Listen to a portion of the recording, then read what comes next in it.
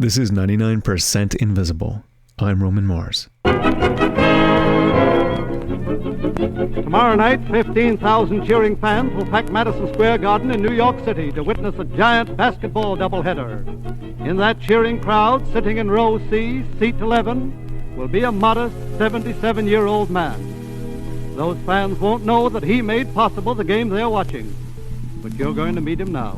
That tape is from an old New York radio show called We the People. The guest is James Naismith. 125 years ago, in 1891, Naismith was a PE instructor at a small college in Springfield, Massachusetts, when a particularly bad snowstorm struck. For days, the students couldn't go outdoors, so they began roughhousing in the halls. We tried everything to keep them quiet. Something had to be done. One day, I had an idea. I called the boys to the gym, divided them up into teams of 9, and gave them an old soccer ball. I showed them 2 peach baskets I'd nailed up at each end of the gym, and I told them the idea was to throw the ball into the opposing team's peach basket. A lot of sports don't have such a definitive point of origin, but this one does. I blew a whistle, and the first game of basketball began. That day in 1891, James Naismith invented basketball. And what rules did you have for your new game, Dr. Naismith? Well, I didn't have enough, and that's where I made my big mistake.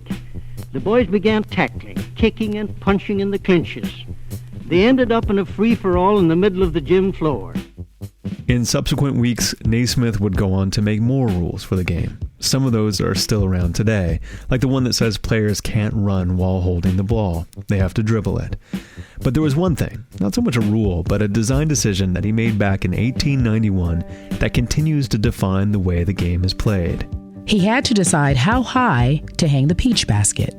That's Carrie Champion. She's an anchor at ESPN and host of the Be Honest podcast, and she's going to help us tell our story today. Naismith chose to hang the peach basket at 10 feet above the court floor.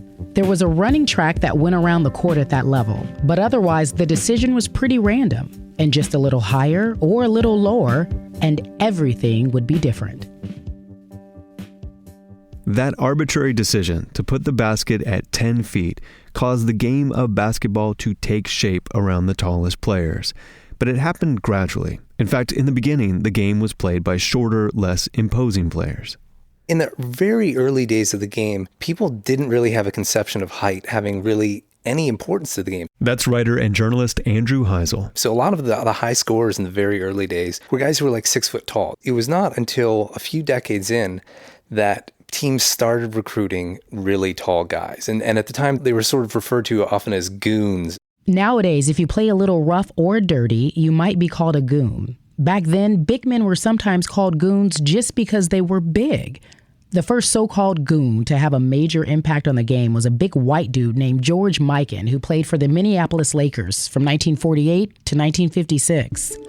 He was a 6'10" monster who wore big round spectacles when he played. Two giants jump in front of the Laker basket. Notice the comparative size of referee Ekman.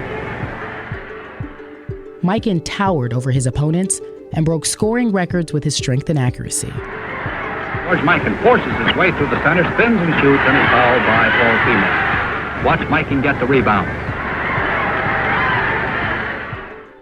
Mikan was such a force they actually had to change some rules in the game to offset his advantage. For example, the rule against goaltending came about because of Mikan. Goaltending is the act of catching or batting away another player's shot as the ball is on a downward path toward the basket. Mikan was so tall he could just stand under the basket and swat away shots by the other team. Goaltending was banned in 1945. But rule changes didn't stop George Mikan or his fellow big men from dominating defensively and offensively. You started seeing people saying, like, it's too easy to score. Like, they were really sort of disgusted. They thought this should be a triumph to get the ball in the hoop, not something that happens 100 sometimes a game. The ease with which these super tall players could put the ball in the basket was alarming people. The traditionalists didn't like the way the game was going, but they had no idea what was about to hit them. Slam dunk is the Lakers. The dunk. sometimes called the slam dunk. The first one in an organized game happened in 1936, but dunking didn't really get going in basketball until the 1960s. And man, the traditionalists, they hated the dunk. But not just because it was a new, unconventional way to put the ball in the basket. The dunk became political. The key year is 1966. That's Matt Andrews. My name is Matt Andrews. I teach American history at UNC Chapel Hill, and I have a particular focus on sport and society. So it was in 1966. In the NCAA championship game, Texas Western, with an all-black starting five, easily defeat Adolph Rupp's all-white University of Kentucky team. This win by Texas Western against Kentucky was a big deal in the college basketball world. Kentucky was one of the last major college teams in the country that still didn't have any black players. The coach of Kentucky was a guy named Adolph Rupp. Many viewed him as a racist. According to the sports correspondent Frank DeFord, who was in the Kentucky locker room that night, the language Rupp used against the Texas Western players sent a chill down his spine. And there was this moment right at the beginning of the game where Texas Western's David Lattin gets the ball and makes a move toward the hoop. The defender in front of him is Pat Riley. He'd go on to win 9 NBA titles as a player, coach, and executive, and Lattin flies over him. Riley's like 6'4", stockily built, and Lattin just rises above him and slams the ball through the hoop.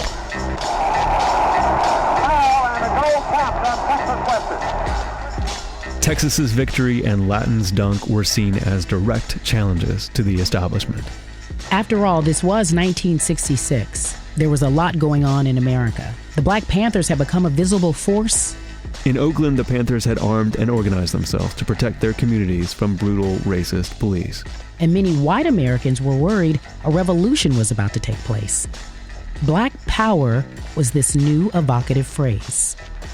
So that the failure to pass a civil rights bill isn't because of black power, isn't because of the Student Nonviolent Coordinating. What's so interesting about this phrase is its lack of specificity. No one is exactly sure what black power means. Into this context comes the dunk, and the dunk seems to be black power manifest on the basketball court. The dunk is physical. The dunk is forceful. You know, when you lay the ball in, you're laying the ball in. But when you dunk, you're doing it to someone. And at a time when so many white Americans are uneasy with the specter of black violence, the dunk becomes suspect. Then, to scare people like Adolph Rupp even more, comes a player called Lou Alcindor. He would later change his name to Kareem Abdul-Jabbar and become one of the most exciting and famous players in the history of the game. But in 1967, he was a young man, 7 feet 2 inches tall, and already tearing up the college game with his vicious dunks and fast movement. Alcindor surrounded by white shirts, unstoppable. So the NCAA, that's the National Collegiate Athletic Association, made a decision. The only way to stop this guy was to get rid of the thing he did best, the slam dunk. In 1967, they banned the dunk. And for 10 years, there's no dunking in college basketball. Lou Alcindor, aka Kareem Abdul-Jabbar, was not happy about this. In fact, he explicitly said that the only reason for the ban was because they were scared that black guys like him were going to take over the game. Although he used much stronger words. Regardless, the slam dunk was done, and college basketball was sent back in time for 10 years. Basketball was in a bad place. The NCAA administrators had made an arguably racist decision to ban the slam dunk. Meanwhile, in the professional league, the NBA, players could still dunk, but fans were losing interest. Here's Andrew Heisel again. This is, for the NBA, considered like the low point of the league. There are all of these pieces written about how the game is dying and nobody wants to watch it. And there's all these questions about why. Naismith's original accidental design decision to put the basket at 10 feet had inadvertently given us this beautiful and exciting slam dunk, but it had also caused the professional game to revolve too much around these super tall players. The game had gotten jammed up around the net. People weren't passing as much. They'd just hand the ball to the giant guy and he'd stand under the basket trying to put it in. This had the effect of slowing down the play, and that slowness was draining the game of its excitement. Basketball needed a design solution. People suggested a lot of fixes. No backboard, a convex backboard, a smaller basket, a bigger ball, a smaller ball, a no scoring zone around the basket, and even a height cap. Another group of coaches called for the hoop to be raised to 12 feet. None of those changes caught on. And then this guy comes along.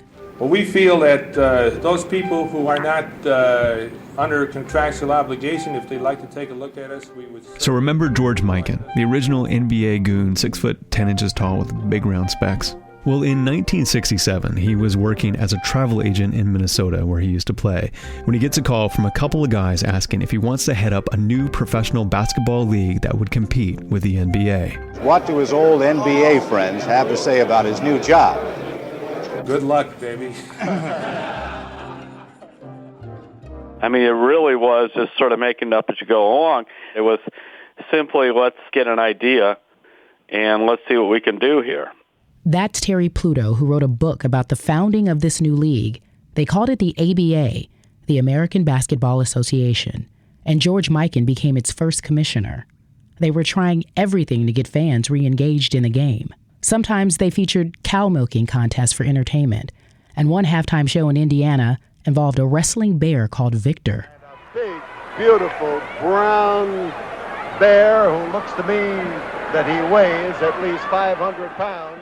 Most of their ideas didn't stick. A lot of times good ideas are like that. They're one of 12 things that people stuck to the wall, and out of the 12, one became really good, one helped a little bit, and the other 10 were almost embarrassing. In this case, one of the ideas was really good. In fact, it's the design solution that arguably saved basketball, and the secret star of this story that we're telling right now. The three-point shot. Firing for three, hits a three. Bird is in, and he hits a three. He's one, knocks down a double clutches and knocks it down for three. So all you sports fans know this, but originally, shots from the field were all worth 2 points.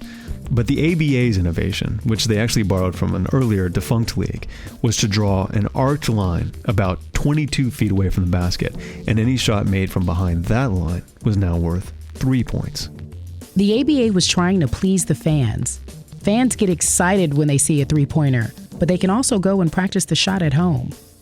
It's more egalitarian. That's Ramona Shelburne, senior writer for ESPN.com. It's the sense that if I practice hard enough, I don't have to be the most athletic guy in the court. I don't have to be an incredible dunker. It's something that when fans watch it, they think, oh, I could do that too.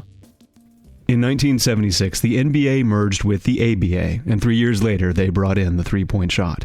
At first, it was about pleasing the fans, but they slowly came to realize something about the three-point shot. When you'd study it, if you shoot 35% on three-pointers and you shoot 45% on two-pointers, if you just break it down, it makes so much more sense to build a team around three-point shooting because you're going to score more points, and that's the point of the game. And now, some teams have decided that the way to win is to concentrate on three-point shots. When the NBA first introduced the three-point shot, games featured only a couple of three-point attempts. This season, it's more than 10 times that. And if there's any team that's demonstrating the value of the three-point shot right now, it's the Golden State Warriors from California and Mr. Steph Curry. Curry for the lead. Go! Curry splits the defense behind the back. Fires a three. Oh, he puts it in. And Curry hits a three. Tie game. If you don't know who Steph Curry is, he's about 6'3", so he's short by NBA standards. But this hasn't stopped him from being the star of the team and of the whole NBA.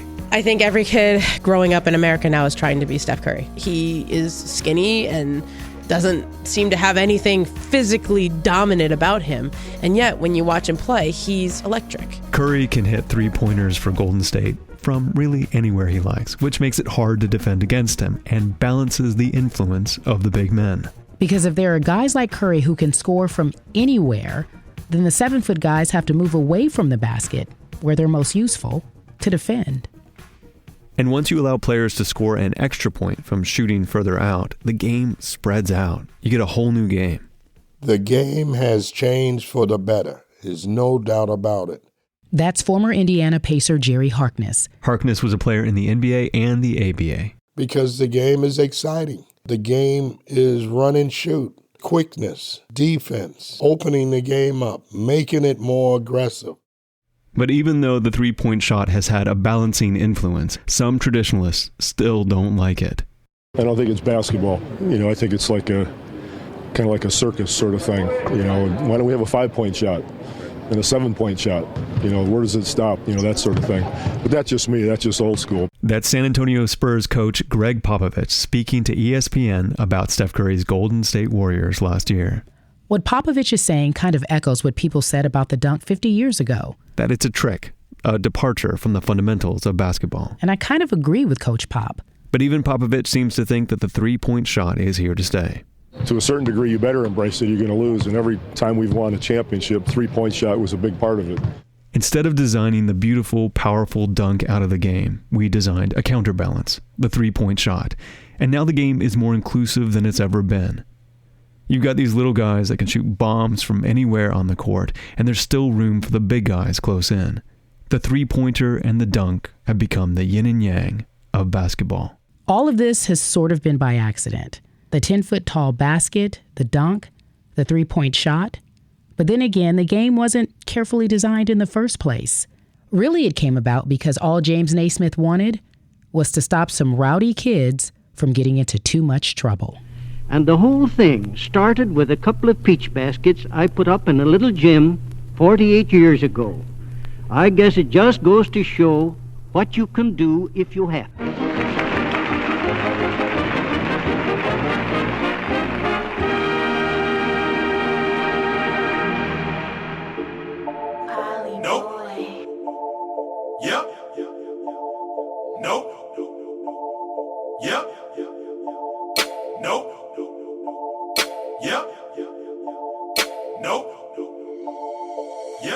Did it happen in one day? No. Came a long way? Yeah. Never know what kind of angle? No. Crossover, break your ankle? Yeah. Sloppy with the rock? No. Steph Curry with the shot? Yeah. Suckers? No. Splash Brothers? Yeah. That's 99% Invisible for this week. This episode was a collaboration with our friends at ESPN and is part of a podcast miniseries that they're launching later this spring called Dunkumentaries. It's a collection of stories all related to basketball slam dunk. The feed is live right now, so you can subscribe to it on the ESPN mobile app or on iTunes or wherever you get your podcasts. You can also find them on Twitter at Dunkumentaries for more info.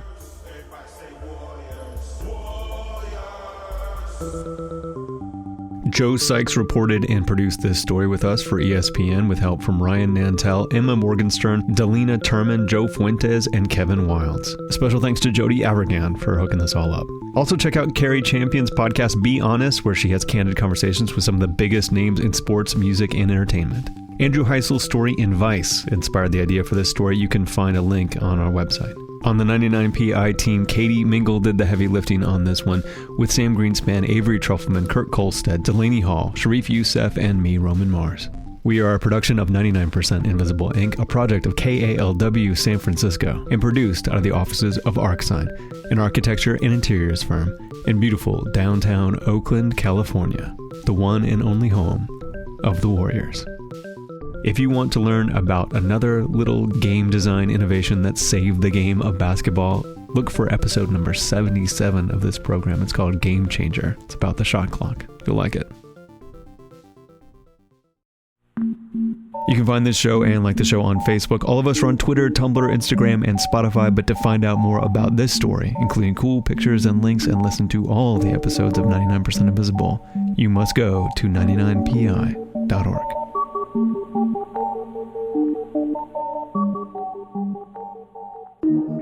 Radiotopia.